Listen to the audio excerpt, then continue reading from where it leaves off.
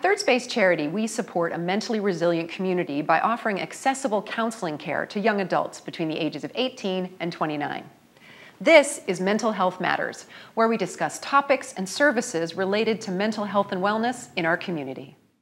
Welcome to Mental Health Matters. So we've been on the air with this show for a few months now. We've had some incredible guests. We've talked about mental health issues and services in our community.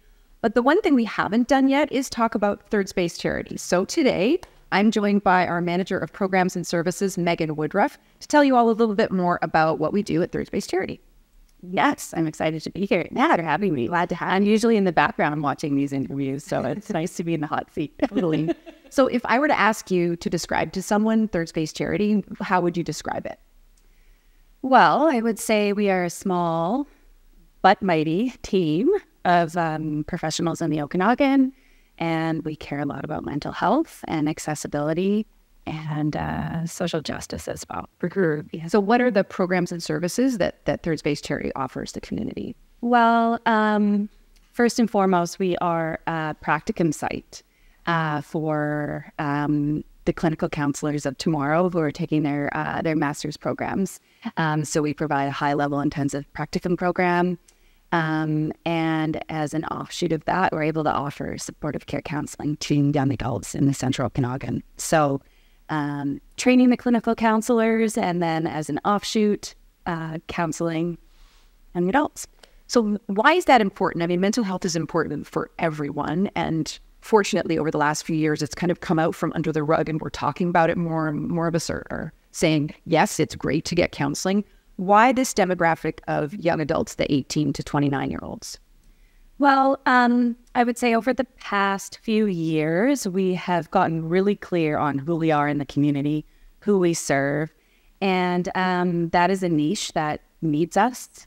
And it's a really interesting, important time in people's lives, that young adult age where all of these big questions are coming up. Who am I? What am I out to create? And we're here to support. So. Yeah, and I know from my understanding that the COVID pandemic really kind of ramped things up on that mental health front, particularly for those young adults. What do you think was coming into play with that?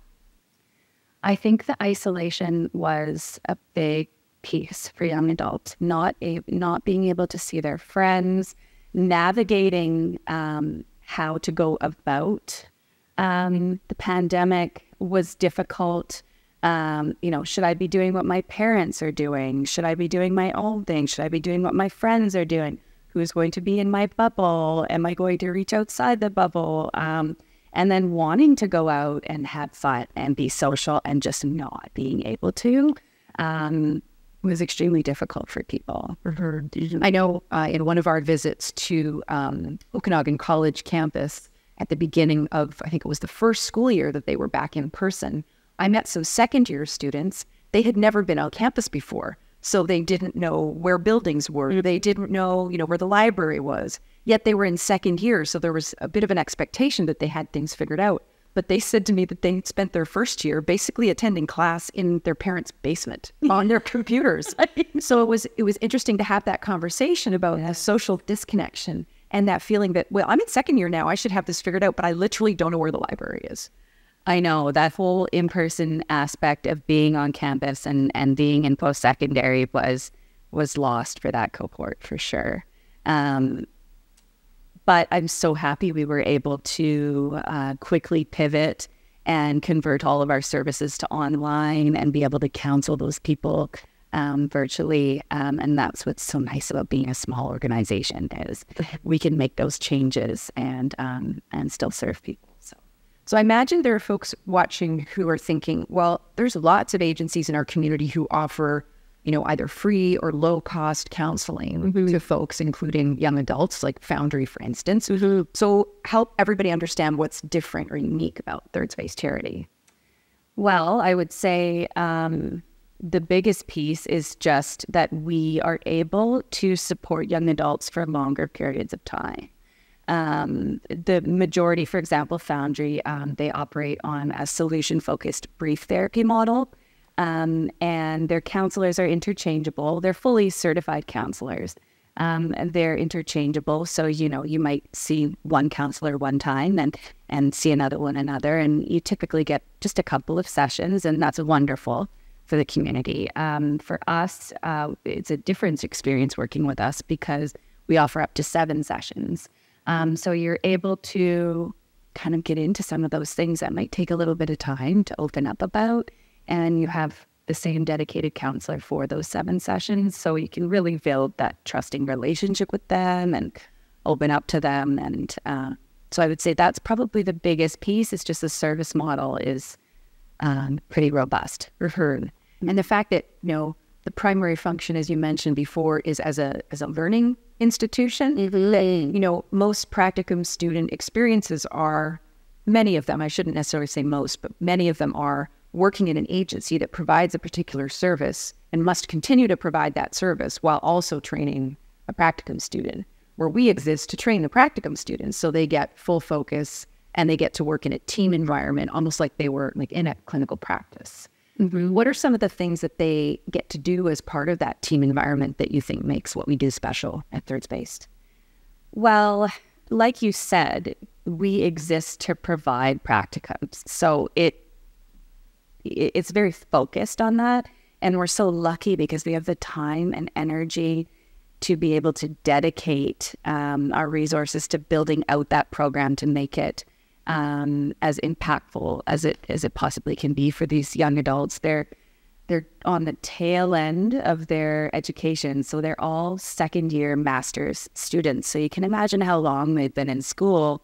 And I would say what makes it really special is we're so committed to them having long-term, meaningful, healthy careers, and not burning out. And so we focus a lot on their own care. How do I take care of myself while doing this work? It can be really heavy sometimes.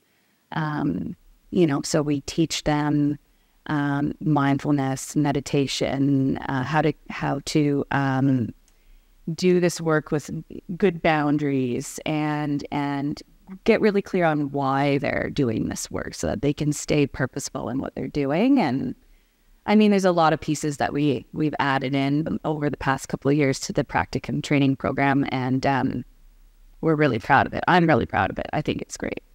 What kind of feedback do we tend to get from our interns about those pieces? I mean, let's throw some out there. You talked about the mindfulness and meditation work and the compassionate self-care for frontline workers, nurses that we do with them. Well, they get to try on and experience equine therapy, all kinds of other therapies, narrative therapy. They've heard about what it is to do couples counseling specifically. We do stuff to do with truth and reconciliation and cultural safety. It's huge, I think. Grief, what we do, grief counseling, play therapy is really cool. They get to learn that. Art therapy. So we try to expose them to all different types of avenues that they can take. A lot of them have a good idea of what they want to do, but it's nice for them to be able to go to these workshops and meet these local experts in the community to come in and do professional development with them so they can see what it's like to be a couples counselor, or, add some play therapy to what they're giving their clients. But a lot of them just go on to open their own private practices in town. There's so many of them that, you look at the clinics and you're like, oh, alumni. And it's just so great, right? Because, we screen for that in the interview process for the practicum program is, are you local? Because we're really dedicated to giving back to the Central Okanagan. That's why we don't provide virtual placements. And it shows when you see everyone out in the community doing these cool things. And it's something to be proud of for sure. Mm-hmm. It's you talked about this caring for the carers, which is sort of a phrase that encompasses what we're trying to do. Mm-hmm. Because we want sustainability. We want them to head out into the community and serve the community at large for years to come after having spent a year with us, or almost a year, serving young adults, which is really cool. But that's one piece I love about it is it's not just about going to your placement and getting your hours. No. Right? Because it could be just about, I'm going to do this many sessions, I'm going to get my hours, and then I'm going to get my degree, and off I go, I'm going to be a counselor. But I think those other pieces to help them with their personal and professional development really make the program special. And I think we get that feedback from the interns. We do. And also that is a part of the program that I'm deeply connected to, because when I graduated high school, I went and took social services, and I did not know how to do it in a way that was healthy. And I quit. I left the field. I'd burnt out. And I just was so young and didn't know how to walk alongside pain and suffering in a way that was strong. And I left the field, and I just don't want that for other people. So I'm connected to it in that way, that I had that old personal experience myself.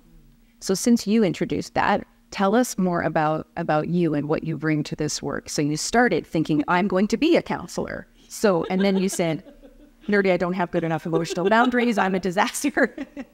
Not going to just pour about and cry. Yeah, exactly. Yeah. So what happened with your career journey after that?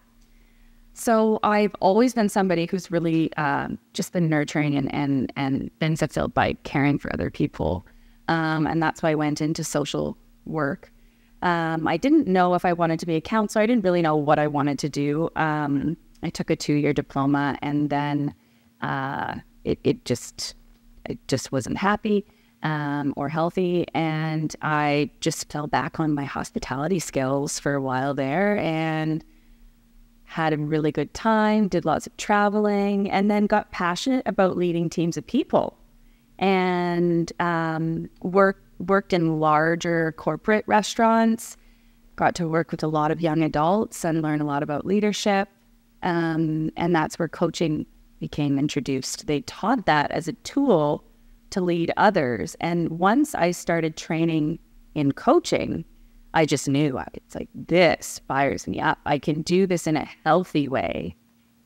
Because typically when people come for coaching, it's not because they're suicidal or they have, they're in crisis trauma. It's more, I'm kind of stuck in my life, right?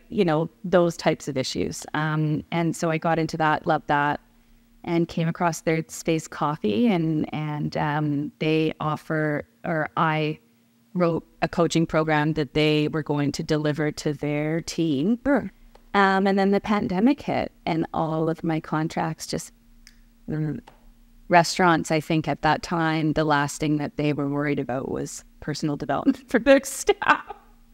And then the job opportunity opened up at the charity, and I applied for it, and here you are. Yeah. So what is the most rewarding part of your job at Third Space Charity? And actually, before you even tell me that, maybe explain, what does your role involve? You work closely with the students, but what does your role involve in managing a program services?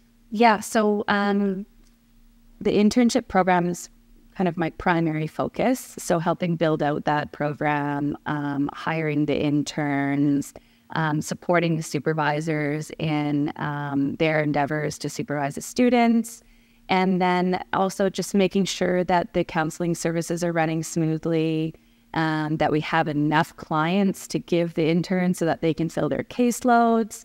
And then just getting to know people in the community to bring in to talk to the interns. It's a fun job. It's a great job. There's a lot of administration involved as well, making sure the back end is dialed in. But yeah, it's great. It's good. I really love it. So what's your favorite part? What's the most rewarding piece of it? I would say that I'm able to have the freedom to create in this role, being able to have a say, because our team is so small. My voice matters, and I'm able to give suggestions on the program and help build it into something really cool. And so the creative piece has been really fun, and the freedom to do that. And then also just our team. These interns that we bring in, they're all just amazing people. Don't you agree? So smart, so dedicated, so fired up and passionate about mental health and social justice and change makers. And you just get to be surrounded by them all the time, and it's just contagious. That is contagious. So tell me a bit about that in terms of, how we go about selecting our interns, because we do have a process. It's not just, someone says they want to intern with us and we say yes.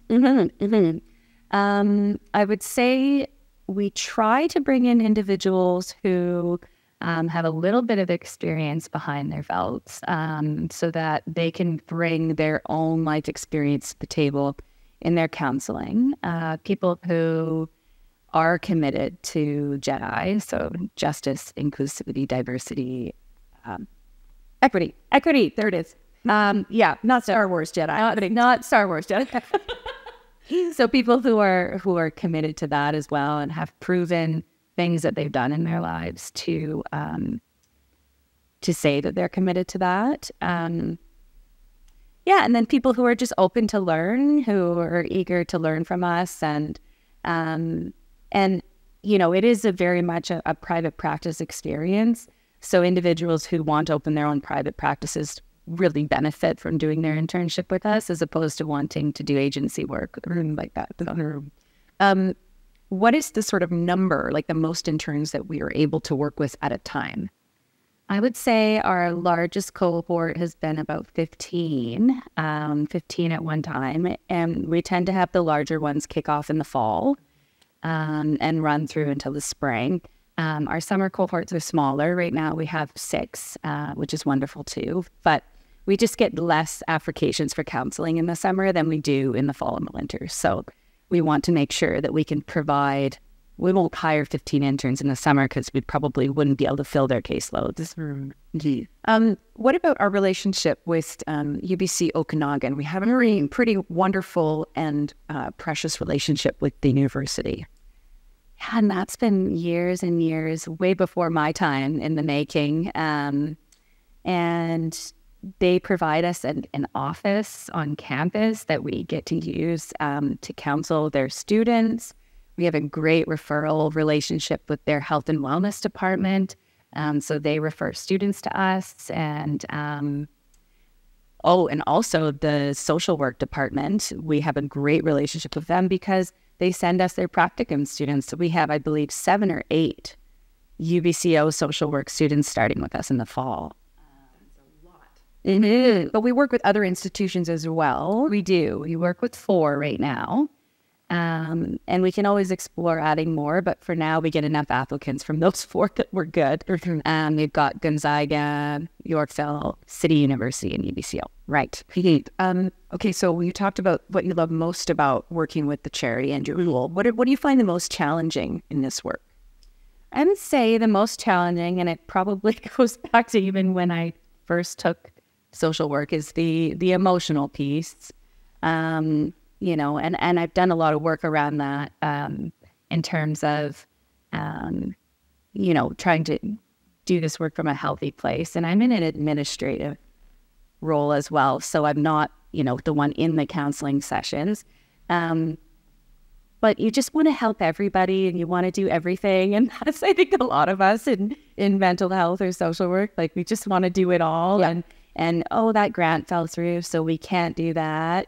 Those are hard times too. And you just want to keep pushing forward and doing things. And funding can be a challenge sometimes. I think we're doing pretty good with that right now. And the organization is, doing some of the highest numbers it's ever done, which is great. But yeah, just managing the emotional day-to-day, sometimes roller coaster that comes with it. Yeah. And even though, you said your role is mainly administrative, because of who you are and your background, you do, I think, end up doing quite a bit of coaching with the practicum students. I think just being a coach is essentially just being a good listener and asking good questions. So that is just ingrained in everyone who surrounds me, gets a piece of that, whether they like it or not. I think we're all pretty grateful. So when we talk about the clients who are coming in to see our practicum students, what are the kind of top issues that they are presenting with in terms of what they need support for? Well, what I've seen, and I can only speak to the last 3 years, anxiety typically is always at the top. It's usually number one. And I don't know if that's because that just encompasses a lot of it's a general term used to encompass a lot of things, but anxiety typically ranks number one, along with like low mood, depression is, right in there. And then you see a lot of relationship issues. So that's typically number three on our presenting list is relational. And I think it's that age. Who am I? What do I stand for? Who do I want to surround myself with? Who do I want to align with? And then that there can be tension and stress in there. And also just like a lot of times in that age, you're looking for your person, your partner. Maybe not, but that can come into play too, or like things with parents, bosses. I bet in the fall we get homesickness. We do. Do you get homesickness? Definitely. Yes. First years away from home for the first time. It's real. Yeah. It's hard. Yeah. So what if a client applies for counseling with Third Space Charity and they are actively thinking of taking their own life, or they have like really severe recent trauma, or say sexual assault or something? How do we handle that? Well, we recognize that we can't do it all. And we have a responsibility to provide proper care to people. We're not open 24 hours, so we can't be a crisis center. So we refer out, and we make that really clear in our intake forms and on our website. If you are in crisis, call crisis line. We give resources. We're just not equipped. The team isn't big enough. We can't do crisis. And then in terms of severe traumas and assaults, we also tend to refer out to the professionals for those and try to find, either other free options or accessible options for people, because typically people come to us because we are accessible in that way. So, we wouldn't refer to, the most expensive counselor. We give people a plethora of resources. I think that's an important piece of what we do, because we're offering a really valuable service, and we're recognizing that no matter how incredible our interns are, they are students. Yeah, they're not registered clinical counselors. And like you say, we have a duty and a responsibility to provide ethical and appropriate care to those we serve. Yes. So you've been at the charity for a while now. Initially, all the services were 100% free, but in January, we moved to a fee for service, but pay what you can model. So what does that look like? So pay what you can. Yes. So, first and foremost, the charity, we are very committed to being accessible to everybody. So it's not, everybody doesn't have to pay to access our services. But we added the pay what you can model because, well, first of all, some young adults were coming to us and wanting to give back, and it was important to them to contribute back. And, so on the back end, we just dialed it in and made it easy for people to be able to contribute if they want. But we also looked into the research around when you invest a bit into your own self, you're more likely to show up to those sessions or to put effort into those sessions because you've put a little bit down. So, and we're a nonprofit. We have to raise money to keep the doors open. And it's also good for the interns to be able to navigate financial conversations, because they're going to have to do that in their private practices as well. So, and nobody likes to talk about money. Nobody wants to talk about it. No matter. And I have met, people of every level of profession and every level of expertise through my career. And nobody wants to have that conversation about their worth, their value, and how much you must pay them. Right? And I spent years with my own consulting work, and even then I found it hard to have those conversations and to put a dollar figure on the work I was doing. So I think it is a great opportunity for them to practice it before they have to do it in the real world. Definitely. And to practice it without any pressure, because the client can always say no. Yeah, exactly. As a private practice, they can't. Exactly. Yeah. Now, at the end of September, you are going to be moving on in your role, because I will be leaving my executive director position and you will be stepping into that role. How are you feeling about that? very exciting.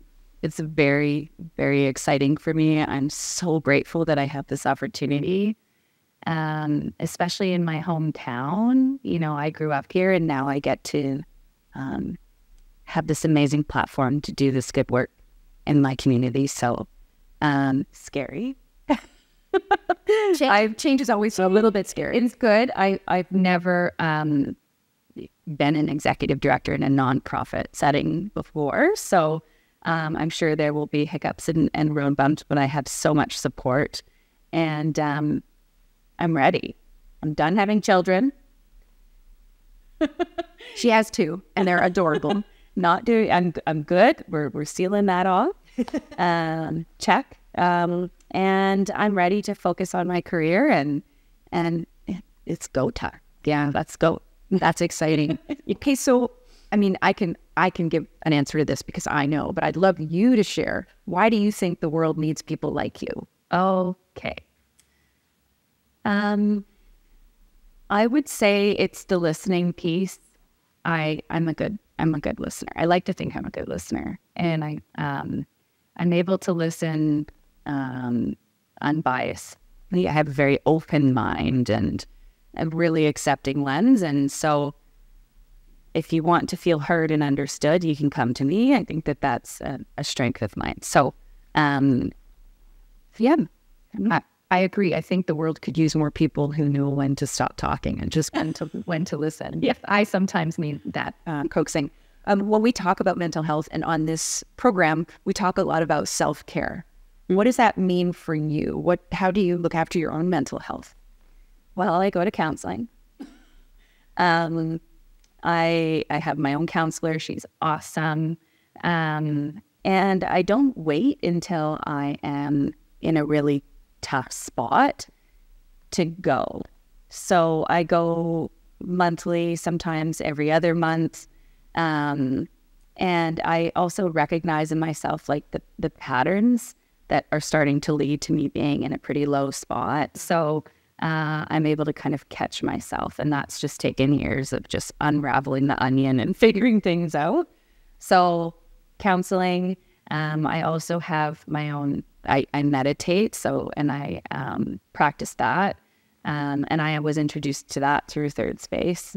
And so I do that, and then I just do everything that I can to just be in the moment with my family every day. So, you know, get home from work and the phone is away, and I'm, you know, attuning to the environment, and sometimes I'm like, oh God, can I just get out of this moment? But yeah, I just slow down, and I'm just in the moment with my people, and that is how I take care of myself. That all sounds like really good stuff to do and good advice for anyone who's interested in some more tips.